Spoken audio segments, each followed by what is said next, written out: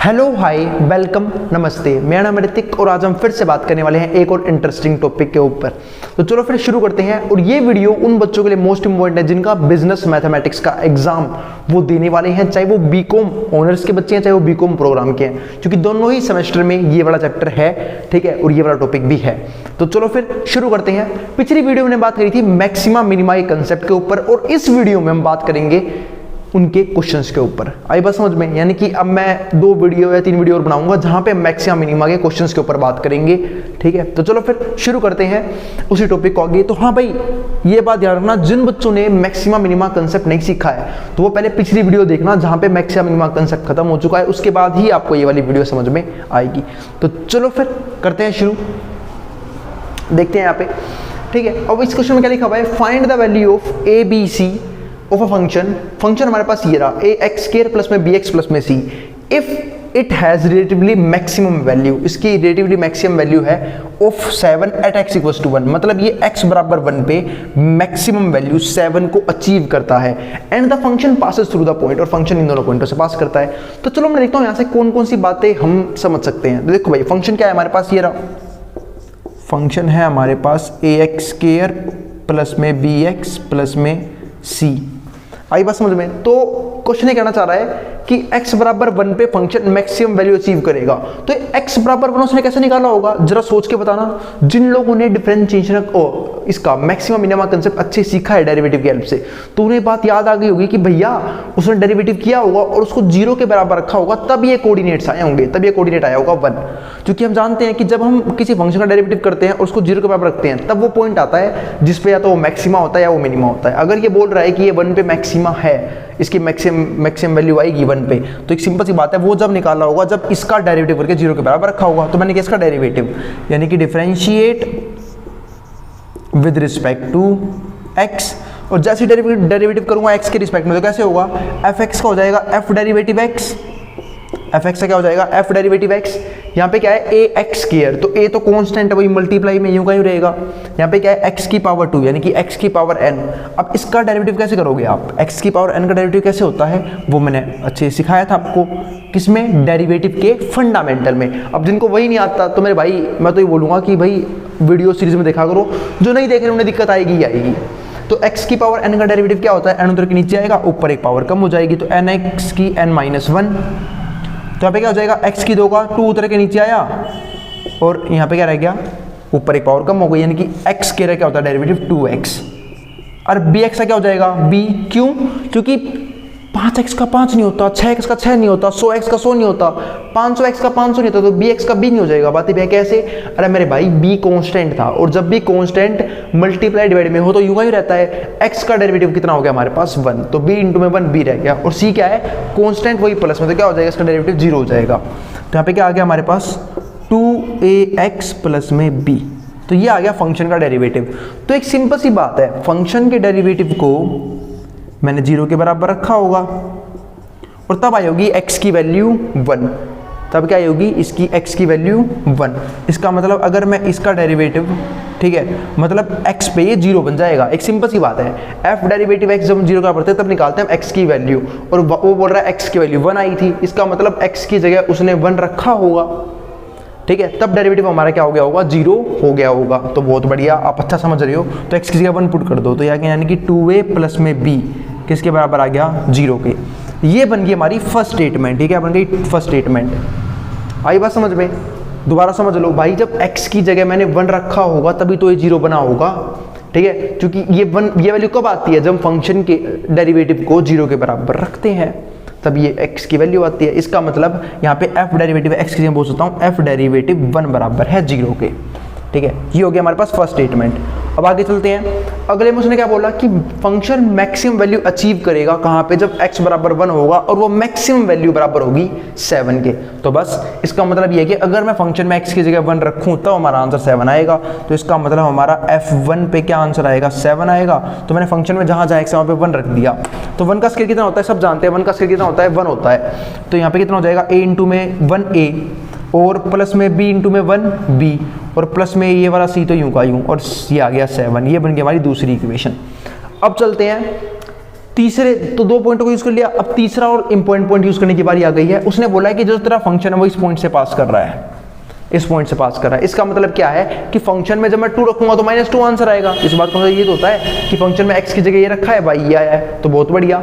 हम फंक्शन को ही किसके हिसाब से दिखाते हैं, y के हिसाब से। तो बस जब फंक्शन में x की 2 रखूंगा तो रखो 2y, तो यहाँ पे क्या हो जाएगा a 2 का स्क्वायर, ठीक है, प्लस में b, x की जगह कितना आ गया 2 और प्लस में c, तब ये आंसर कितना आया होगा, तब ये आंसर आया होगा हमारे पास, ठीक है, -2। तो यहाँ पे रखो -2। अब ये आ गया, अब ये सोल्व कर लो। तो 2 का स्क्वायर बच्चा जानता है क्या होता है, 2 का स्क्वायर कितना होगा, 2 × 2 यानी कि 4, तो क्या हो जाएगा 4a, तो ये हो गया 4a। अब 2 गुणा b कितना होता है 2b, और प्लस में c किसके बराबर आ गया -2b। ये बन गई हमारे पास तीसरी इक्वेशन। क्या बन गई, तीसरी इक्वेशन। अब इन 3 इक्वेशन हम सोल्व करेंगे और हमारी वैल्यू क्या हो जाएगी, आ जाएगी। तो चलो हम कुछ और भी वैल्यू निकालने की कोशिश करते हैं। तो मैंने यहाँ से जब वैल्यू निकालने की कोशिश करी तो मैंने देखा फर्स्ट इक्वेशन को यूज़ करते हैं कुछ एलिमिनेट करने के लिए, क्योंकि देखो यहाँ पे 3 वेरिएबल्स हैं, तो हम जानते हैं अगर 2 वेरिएबल में कन्वर्ट करने में कामयाब हो गया तो सोल्व करना काफ़ी इजी हो जाएगा मेरे लिए। तो मैं इससे में से एक वेरिएबल को एलिमिनेट करने की कोशिश करूंगा इस फर्स्ट इक्वेशन की हेल्प से। इसका मतलब ये है कि अगर आपके पास 3 इक्वेशन है, वो भी 3 वेरिएबल्स में, और आपको सोल्व करना है उसे, तो किसी भी इक्वेशन से जो ईजी सी हो वहाँ से एक वेरिएबल की वैल्यू निकाल लो, ठीक है, और उसे बाकी दोनों में पुट कर दो ताकि सिर्फ 2 ही वेरिएबल रह जाए। तो मैं ऐसा करूँगा यहाँ पे। तो मैं काम कर लेता हूँ, बी की वैल्यू निकाल लेता हूँ यहाँ से। तो बी की वैल्यू सब जानते हैं यहाँ से कितनी आएगी, तो फ्रॉम फर्स्ट यानी कि पहली इक्वेशन से मैं b की वैल्यू निकालने वाला हूं। तो b की वैल्यू यहां से क्या आएगी, 2a, वहां जाके माइनस का हो जाएगा, यानी कि -2a। तो बस अब इसे पुट कर दो बाकी दोनों इक्वेशन में। तो b की जगह क्या आ गया यहाँ पे -2a प्लस का आएगा, बस क्या माइनस का a, तो -a प्लस में c बराबर आ गया 70। ये बन गई एक नई इक्वेशन जिसे मैं बोल देता हूँ इक्वेशन नंबर 4। अब b की वैल्यू कितनी है, -2a, इसे पुट करता हूँ थर्ड इक्वेशन में। थर्ड में जब पुट करूंगा b की जगह 2a, तो ध्यान से देखना b की जगह क्या आएगा, -2a, तो -2a और इंटू में ये -4a है ना। जब मैं b की जगह रखूंगा -2a रखूंगा तो यहाँ आएगा b की जगह -2a, तो 2 × 2 4, -4 हो जाएगा, +4a -4a, तो ये तो खत्म ही हो गया, a खत्म हो गया, क्योंकि जैसे ही रख के दिखाए तो हम 4a 2b की जगह -2a, तो ये हो जाएगा हमारा 4a माइनस में 4a और प्लस में c बराबर है -2 के, इससे कट गया, c की वैल्यू सीधा आ गई -2, c की वैल्यू कितनी आ गई -2, c आ गया -2, c की -2 को ऊपर पुट कर दो, a निकल जाएगा।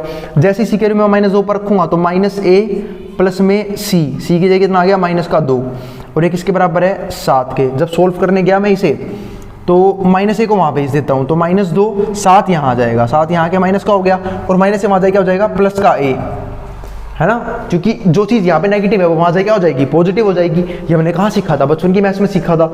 अब माइनस प्लस 7 और 2 कितने हो गए 9, और साइन रहेगा माइनस का ही, तो a की वैल्यू कितनी आ गई 9, a आ गया 9, ठीक है, और क्या आ सकता है, a आ गया, c आ गया, अब b निकालना है। अब a की 9 आ गई तो b कहाँ से निकल जाएगा, ऊपर पुट कर दो, तो b की वैल्यू क्या आ जाएगी, b की वैल्यू -2a, तो -2 a की जगह गया -9, तो माइनस से माइनस कट जाएगा, अरे a की जगह रखोगे -9, तो माइनस से माइनस कट गया, 2 9 जा 18, तो b की वैल्यू कितनी आ गई 18 आ गई, b की वैल्यू कितनी आ गई 18 आ गई।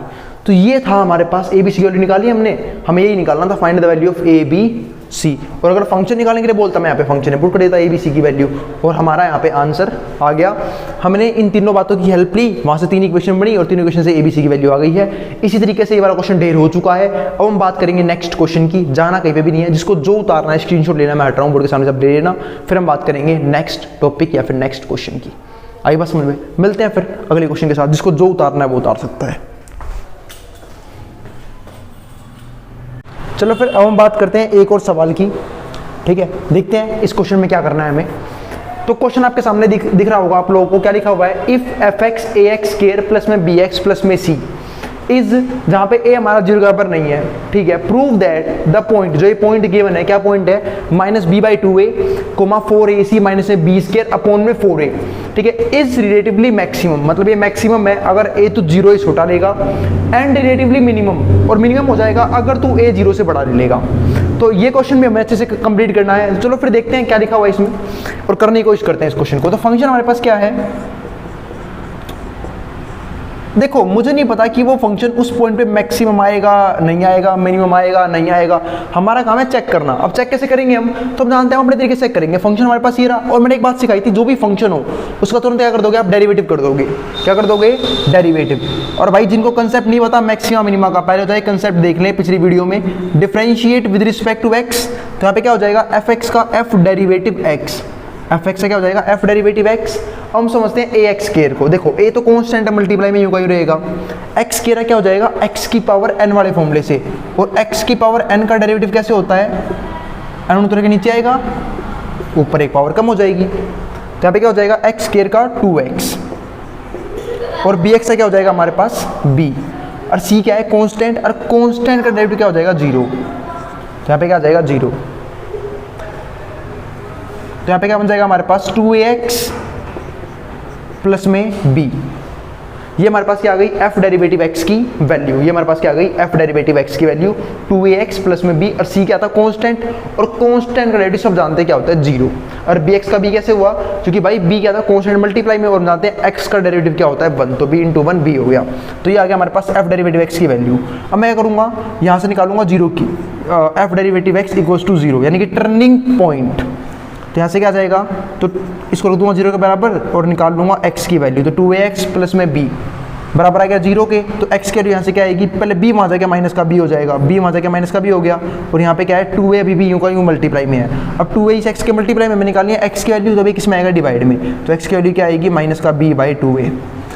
उम्मीद है इतनी सिंप्लीफिकेशंस तो आपको आती होंगी। अरे भाई देखो, मल्टीप्लाई से कोई चीज़ डिवाइड में जाती है, पर वो जाएगी जब तो वो पूरे के मल्टीप्लाई में है, वो तो सिर्फ इसके मल्टीप्लाई में है। तो मुझे b को आना नहीं चाहिए था, मुझे पहले मैंने b को वहाँ भेजा, तो b यहाँ पे प्लस का है, वहाँ जाके माइनस का हो गया, माइनस का b हो गया, फ्री है मल्टीप्लाई में, यहाँ पे आ गया डिवाइड में। तो कितना आ गया, माइनस b बाई 2 है। ये आ गई x की वैल्यू।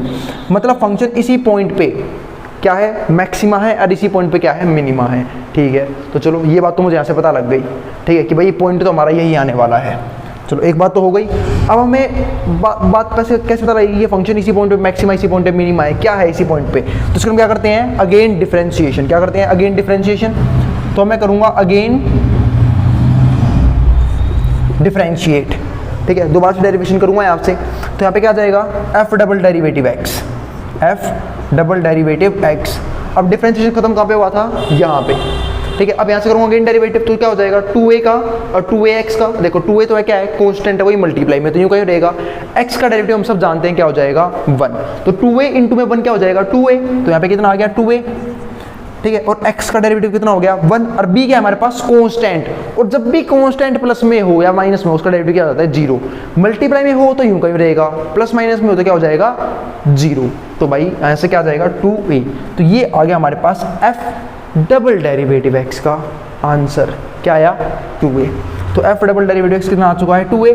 अब एक सिंपल सी बात है, अगर तेरा a, जैसा वो बोल रहा है, 0 से बड़ा आया, एक सिंपल सी बात है, अगर a 0 से बड़ा है, इसे नेगेटिव पॉजिटिव किस पे डिपेंड करता है, वो a पे। अगर a 0 से बड़ा हुआ तो ये पॉजिटिव ही रहेगा। इसका मतलब क्या है, a बराबर 0 पे। ठीक है, इफ a ग्रेटर देन 0, तो f double derivative x is also greater than 0। सो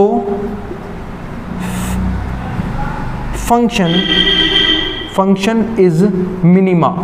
इस पॉइंट पे क्या हो जाएगा, minima at x equals to, और पॉइंट कौन सा था, वो ये रहा, minus b by 2a, minus b by 2a। और जैसे कि इसने लिखा भी हुआ था, देखो relatively minimum when a greater than 0।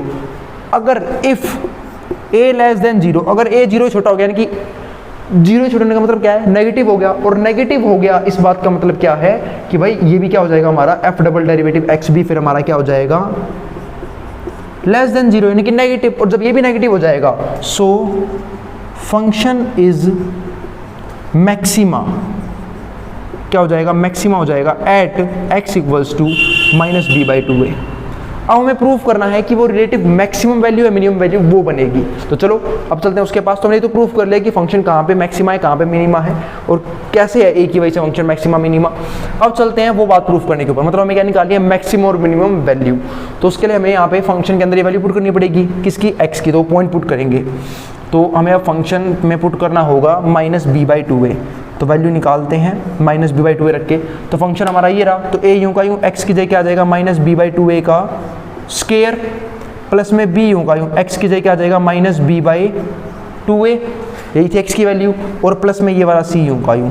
जब मैं इसे सोल्व करने गया तो मैंने देखा यहाँ पे क्या हो जाएगा, माइनस का देखो a से सॉरी यहाँ पे ध्यान देना, स्क्वायर आएगा पहले अंदर, तो a यूं का यूं, जब स्क्वायर अंदर आएगा तो पॉजिटिव हो जाएगा, ये हो जाएगा b का स्क्वायर प्लस में 2 का स्क्वायर 4 और a का स्क्वायर अलग से, तो इसे काटना मत, क्योंकि काटने में गलती हो जाती है अभी, क्योंकि यहाँ पे a का स्क्वायर भी आएगा अभी। प्लस में यहाँ पे जब सोल्व करूंगा प्लस माइनस माइनस हो जाएगा, b इंटू में b का स्क्वायर और अपॉन में 2a यूं का यूं, और प्लस में हमारा कांस्टेंट टर्म c यूं का यूं रहेगा। जब मैं सोल्व करने गया तो मुझे एलसीएम लेना पड़ेगा, और मुझे दिख गया एलसीएम में क्या आएगा 4a का स्क्वायर, है ना, क्योंकि यहाँ पे क्या है 4a का स्क्वायर, वैसे कट रहा है ये, तो इससे हमारा ये कट गया, ये रह गया b स्क्वायर बाई 4a, तो मैंने देखा एलसीएम में तो आएगा 4a। अब सब जानते हैं एलसीएम में क्योंकि 4a क्यों आया, क्योंकि 4a बड़ा था इन दोनों में, ठीक है, 2a और 4a में 4a हमारा क्या बनेगा, एलसीएम बनेगा, क्यों, क्योंकि a तो कांस्टेंट है, ये तो बनेगा ही एलसीएम में, और 2 और 4 का एलसीएम 4 होता है। इससे हम ये बात समझते हैं कि अगर एलसीएम लेते वक्त बड़े वाला नंबर छोटे वाले नंबर के टेबल में आता है तो बड़े वाला नंबर हमारा एलसीएम बन जाता है, ठीक है। और अब आगे करते हैं, इसको मैं क्या करूंगा, इससे डिवाइड, तो 4a को जब 4 से करूंगा डिवाइड तो 1 आएगा, और 1 की कर दूंगा b स्क्वायर से मल्टीप्लाई, तो ऊपर जाएगा हो जाएगा b स्क्वायर। उम्मीद है आपको सोल्व करना आता होगा, फ्रैक्शंस में प्लस माइनस कैसे करते हैं, इसके नीचे तो 1 है। 4a को जब करूंगा 2a से डिवाइड तो क्या बचेगा 2a, है ना, और a से कट जाएगा, सिर्फ बचेगा 2, और 2 इंटू b स्क्वायर क्या बन जाएगा माइनस में 2b का स्क्वायर। और जब 4a करूंगा 1 से डिवाइड, तो 4a को जब 1 से डिवाइड करूंगा तो 1 से ना तो डिवाइड करने फर्क पड़ता ना ही मल्टीप्लाई करने पे, तो 4a हमारा यूं का यूं रहेगा, 4a मल्टीप्लाई में c क्या बन जाएगा हमारे पास 4ac। और जब सोल्व करने गया तो b स्क्वायर माइनस में 2b स्क्वायर क्या बचेगा, माइनस में b स्क्वायर, तो यहाँ पे क्या बचेगा हमारे पास 4ac माइनस में b स्क्वायर अपॉन में 4a। आंसर आ गया सवाल ढेर, ठीक है। तो यहाँ तक हमारा आंसर आ चुका है, 2 क्वेश्चन हमारे हो चुके हैं, फर्स्ट और सेकंड क्वेश्चन, जो इस वीडियो का ये वाला वीडियो क्वेश्चन इस वीडियो का आखिरी सवाल था। अब हम चलेंगे नए कंसेप्ट के ऊपर, यानी कि अब हम पढ़ेंगे, ठीक है, एप्लीकेशंस ऑफ मैक्सिमा मिनिमा। अब तक हम क्या पढ़ रहे थे, एप्लीकेशन ऑफ सक्सेसिव डिफरेंशिएशन, यानी कि हायर ऑर्डर डिफरेंशिएशन के एप्लीकेशंस पढ़ रहे थे, लेकिन अब हम पढ़ेंगे कि मैक्सिमा मिनिमा को अलग अलग कंसेप्ट्स में कैसे यूज करते हैं। अगली वीडियो में मिलते हैं फिर अगली वीडियो में, तो तब तक के लिए बाय। भाई जिसको जो उतारना है स्क्रीनशॉट लेना बोल सकता है, मैं हट रहा हूँ बोर्ड के सामने से, तो मिलते हैं फिर अगली वीडियो में। और हाँ, अगर वीडियो पसंद आई हो तो वीडियो को लाइक करना और चैनल को सब्सक्राइब जरूर कर लेना, और इस वीडियो को अपने उस ग्रुप में भी शेयर कर देना, ठीक है, जिनका एग्जाम हो बिजनेस मैथमेटिक्स का। आई बात समझ में, उसको जो उतारना है स्क्रीनशॉट लेना है, अब वो ले सकता है, मैं हट रहा हूँ बोर्ड के सामने से।